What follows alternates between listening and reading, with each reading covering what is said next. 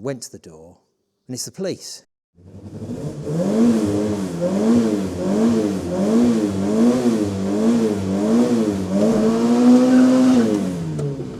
Last week we were talking barn finds. This was a yard find, as I said. The other car was a garage find, as in it was in a domestic garage, whereas this, being a yard find, was at a garage, as in a repair shop, which was where I got it from. £50, as the man said. So that was it. It didn't look like this then. It was silver. It didn't have the big wheel arches on it, or the Campagnola wheels, or any of that stuff. It didn't have the bug scoop on the front. It didn't have the fog lights or spotlights. Didn't have any of it. It wasn't white, because it was silver, I just said. Anyway, I fixed it up in my lunch breaks, and I used to run it to and from work. It was my daily car. And it's a great little car. Being a hatchback, you can fit things in it. Many little adventures, one of which reminds me, back in the 90s, it was a Paul Weller gig at the Royal Albert Hall. And me and my mate bowled up there in this, and we're running late. And parking in London, notoriously difficult, and we're running late. No sat-nav, didn't exist then. No iPhones, didn't exist. Mobile phones, yeah, they were around, but we didn't have one, and it wouldn't have helped you anyway. So we got up there, we found our way, the old A to Z, used to get them, rifling through the A to Z, got ourselves there, and drove straight up to the Albert Hall, the Royal Albert Hall, and we found a sort of tradesman's entrance, for want of a better description. It must have been where they sort of take all the sort of stage equipment in and stuff like that, like a loading bay. And so we sort of drove up there, and there's a couple of blokes there mucking about, and I said, all right to park here? We're here for Paul Weller. Oh yeah, that'd be all right. So we left it there and buggered off in and saw the constant come out. And that was that. That was that was good. Good gig. But yeah, you wouldn't be able to park anywhere near there now, and certainly not do things like that. So that was that. Left there, and then all the way back home, every set of traffic lights we got to, there's a bloke in a metro, just a normal mini metro, and because this looks like some sort of slightly strange little people's car or city car, he decided that at every traffic lights, he should try and beat us away from the lights. And of course they're no slouch, these little things, they're quite fun. So it's a sort of traffic light Grand Prix all the way through South London. And this guy was getting more and more irate. And in the end, my mate said, you better back off, because he's going to attack us the next thing you know. And I said, well, there's two of us, we'll sure be all right. He said, I don't care if there's two of us or not. He looks like a lunatic, So anyway, that was a silly story. Parking in the appropriate places. I've been out for the night, and I'd left this just street park, just wherever you could on a Saturday night. I didn't used to worry too much about it. It was just a little run around. And we parked it there, parked it up, and it was on the lower walk of the Pantiles in Tunbridge Wells. And in the morning, Sunday morning, sort of bleary-eyed, feeling pretty rough, there's banging at the door. And I went to the door, and it's the police. And I'm sort of thinking, well, I can't remember anything from last night that would involve police involvement in the morning. But anyway, whatever it may be, I was a bit like, oh, I don't know. And do you own this car, the particular car? And I said, well, yes, that's me.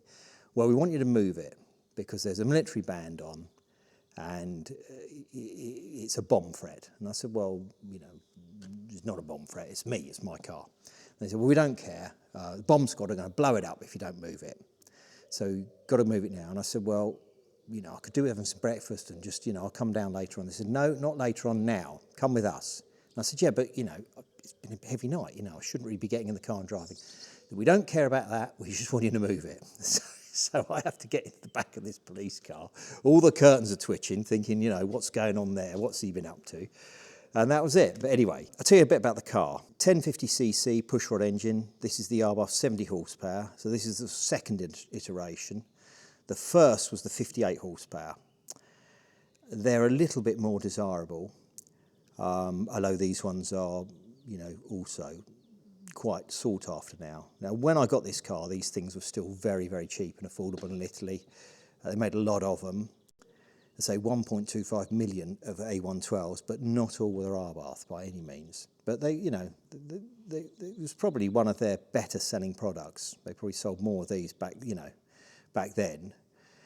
Obviously, the Abarth relaunch with the Punto and latterly the new Fiat 500. Well, of course, they sold a lot of them, so they might have outsold these. That might have been a more popular thing.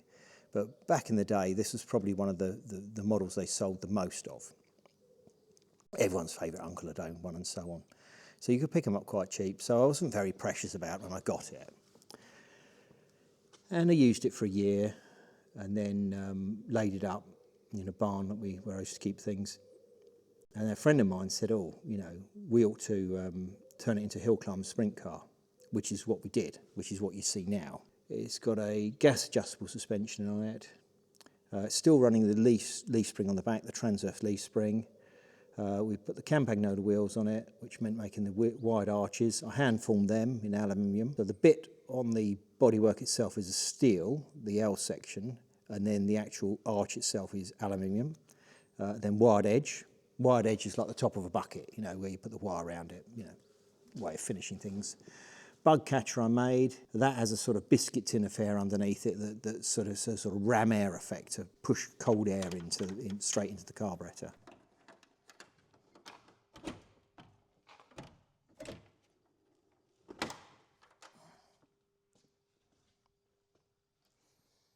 Which does seem to help a little. Dino carb on it, DCNF, downdraft. It's the Siamese port cylinder head.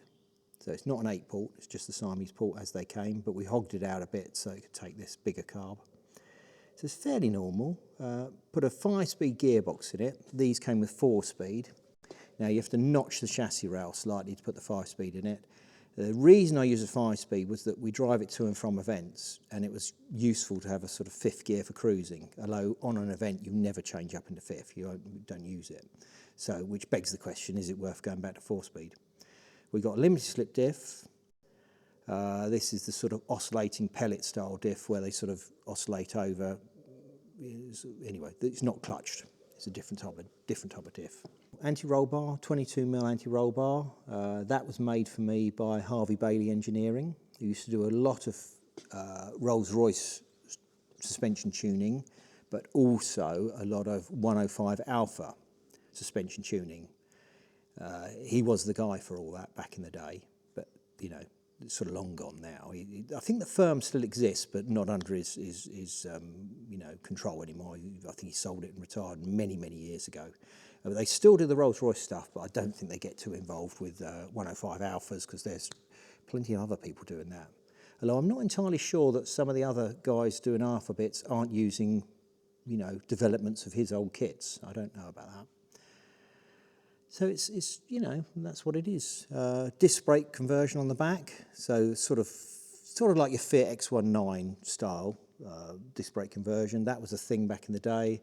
Got magnesium trapdoor sump, so the oil sump is like the Abarth one in magnesium, rib for cooling, and then it has a sort of trapdoor affair in it to go into the extra capacity part, so to help for you know, when you're cornering. So that the idea is that the sump, you know, the oil pump pickup won't run dry under centrifugal force. So if it goes out and away from it, it has this trapdoor affair so that it allows the oil not to move away from it, but then come to it when it needs it, effectively.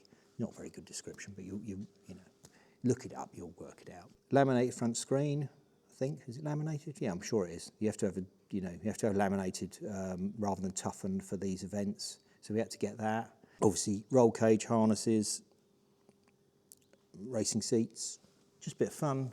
Electric fuel pump, strut brace on the rear, welded in, plumbed in fire extinguisher. So just developed it over the years. He's got the chrome bumpers on it.